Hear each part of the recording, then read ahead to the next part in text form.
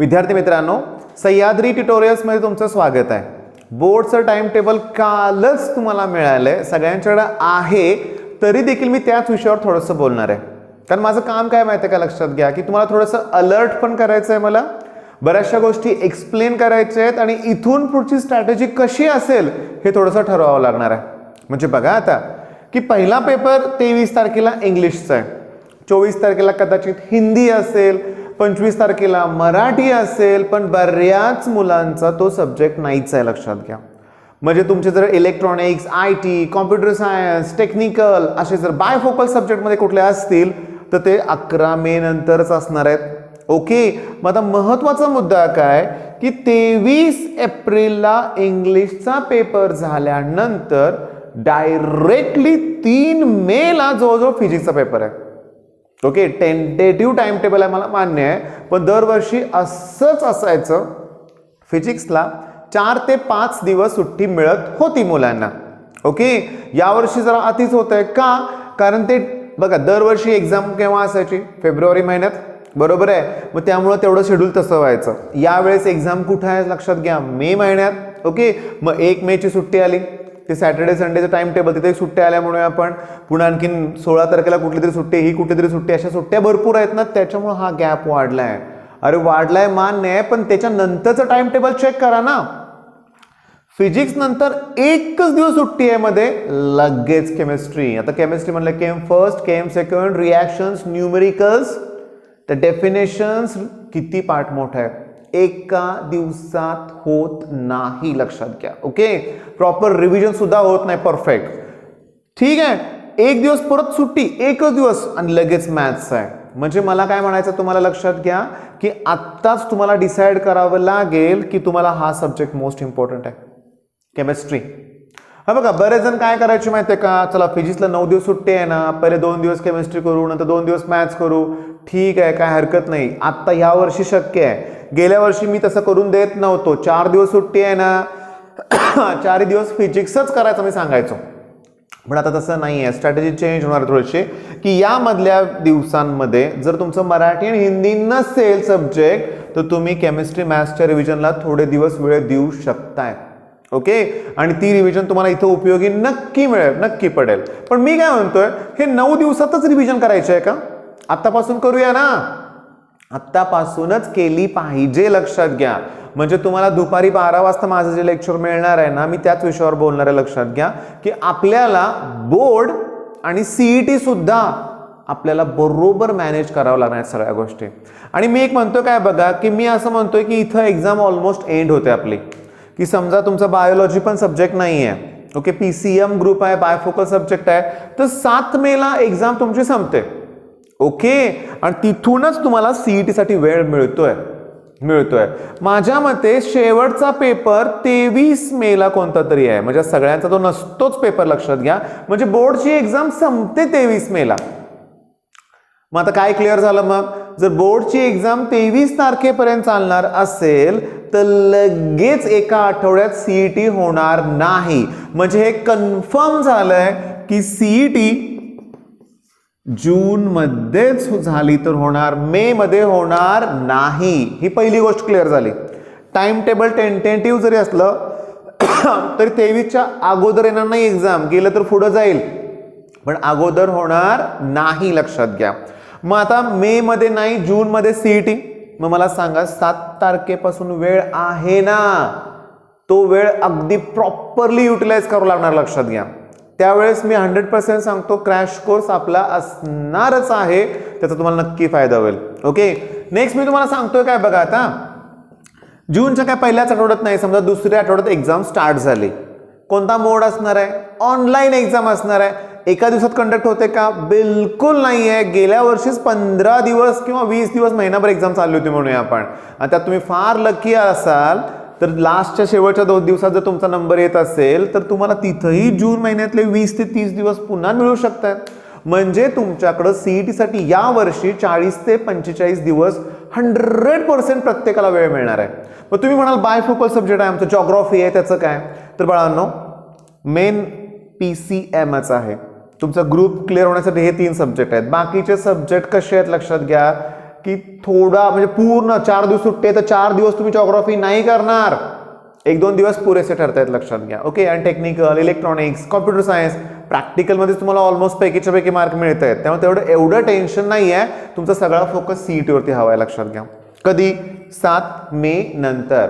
आणि आता मात्र कसं आहे लक्षात घ्या की आता पण बघा, काल मी चुकून 16 मार्च बहुतेक कालच्या व्हिडिओत बोललोय, 16 फेब्रुवारी म्हणजे आज म्हणूया आपण, समजा 17 फेब्रुवारी आहे ना.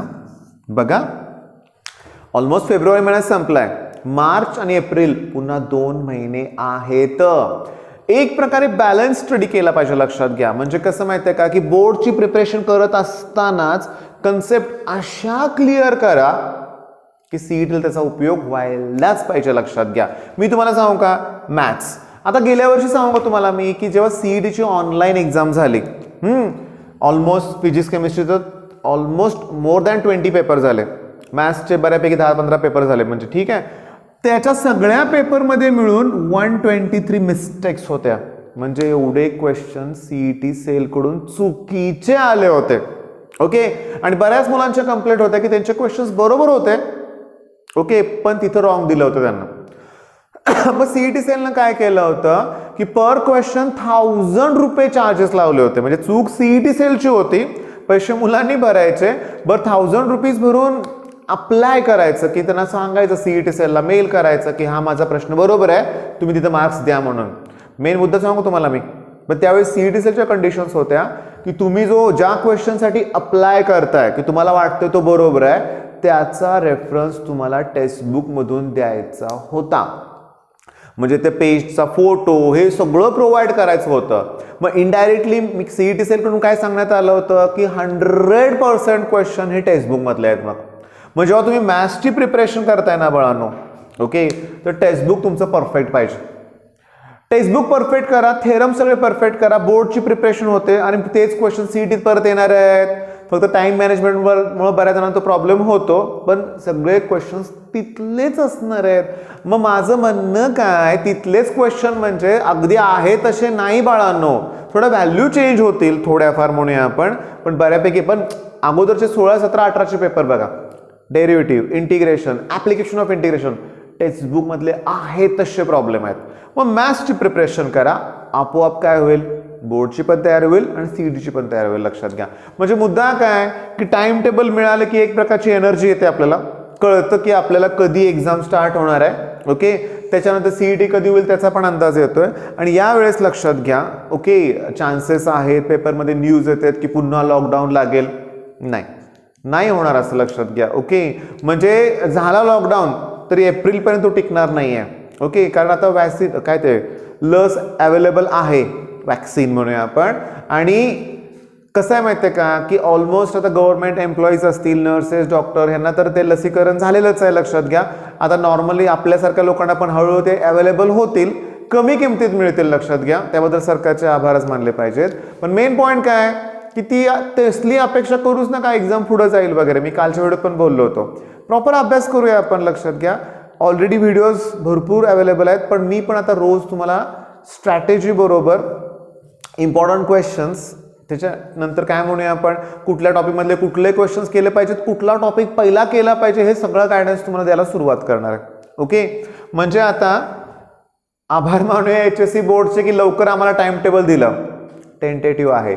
आणि तुम्ही जर दिनेश सरांचा व्हिडिओ काल बघितला असेल तर त्यांनी क्लिअरली चूक दाखवून दिले बोर्डची की टाइम टेबल दिले बरं का त्यांनी, आणि त्याच्या खाली लिहिलंय की 2020चं टाइम टेबल आहे म्हणून, ओके, किंवा डेट 2020ची काहीतरी त्यांनी प्रोव्हाइड केलेली आहे. म्हणजे मुद्दा काय म्हणजे लक्षात आलं का, निदान टाइम टेबल तर HSC बोर्डनं नवीन टाईप करायचं ना, तिथले तिथे चेंजेस करून आपल्याला प्रोव्हाइड केलं बरं का, लक्षात घ्या. असू दे, काय हरकत नाही, चुका त्यांच्याकडनं ऑनलाईन झाली की पुन्हा होणार आहेत, लक्षात घ्या. पण मी तुम्हाला सांगू का मित्रांनो, मी तुम्हाला पुन्हा 2021 बॅचसाठी काय सांगतोय बघा, की गेल्या वर्षी बघा बऱ्याच मुलांना रिपीट करावं लागलंय. का? कमी मार्क पडले म्हणून नाही, ओके. का रिपीट करावं लागलंय त्यांना? कारण त्यांच्याकडून चुका झाल्या, त्यांना कास्ट व्हॅलिडिटी सर्टिफिकेट वेळेवर मिळवता आलं नाही.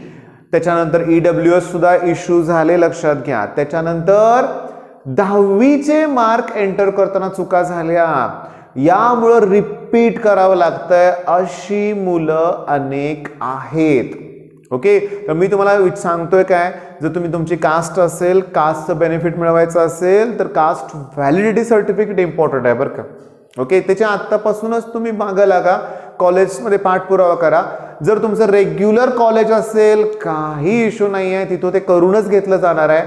पण जर तुम्ही कुठल्या अकॅडमीजमध्ये असाल, तुम्ही एक्सटर्नल ॲडमिशन घेतलं असेल, एक तर तुम्ही त्या कॉलेजमध्ये जात नाही लक्षात घ्या, आणि त्या कॉलेजला पण तुमच्याशी काय देणं घेणं नसतं लक्षात घ्या. फीज गोळा झाली, विषय संपला. मग त्यावेळेस मात्र काळजी घ्या, काळजी घ्या. ओके, तुमचं कास्ट व्हॅलिडिटी सर्टिफिकेट परफेक्ट तयार ठेवा. ओके, आणि 12च्या दरम्यान तुम्हाला रोज व्हिडिओ मिळणारच आहे, दुपारी संध्याकाळी पण मिळेल. ओके, थोडासा त्रास होतोय आम्हाला पण तुमच्यासाठी करायला तयार आहे. चॅनलचे सबस्क्रायबर वाढले पाहिजेत, कमी नाही व्हायला पाहिजेत लक्षात घ्या. पण शॉकिंगली कमी होत आहेत. मान्य आहे की जुने सबस्क्रायबर अनसबस्क्राईब करत असतील किंवा काहींचा राग असेल, पण सबस्क्रायबर वाढले पाहिजेत, रिक्वेस्ट करतोय तुम्हाला म्हणून आपण, कारण त्यातून मोटिवेशन मिळत आहे. ओके, पण काल मी जेव्हा व्हिडिओ अपलोड केले 3000च्या आसपास व्ह्यू झाले, मी समाधानी आहे लक्षात घ्या. खूप मुलांनी असे कमेंट केले की तुमचा आवाज ऐकून बरं वाटलं, तुमच्या आवाजात एक व्हायब्रेशन आहे, असं एक कॉमेंट होतं लक्षात घ्या. मी आभारी आहे तुमच्या चांगल्या कॉमेंटबद्दल, आणि मी आहेच तुमच्याबरोबर.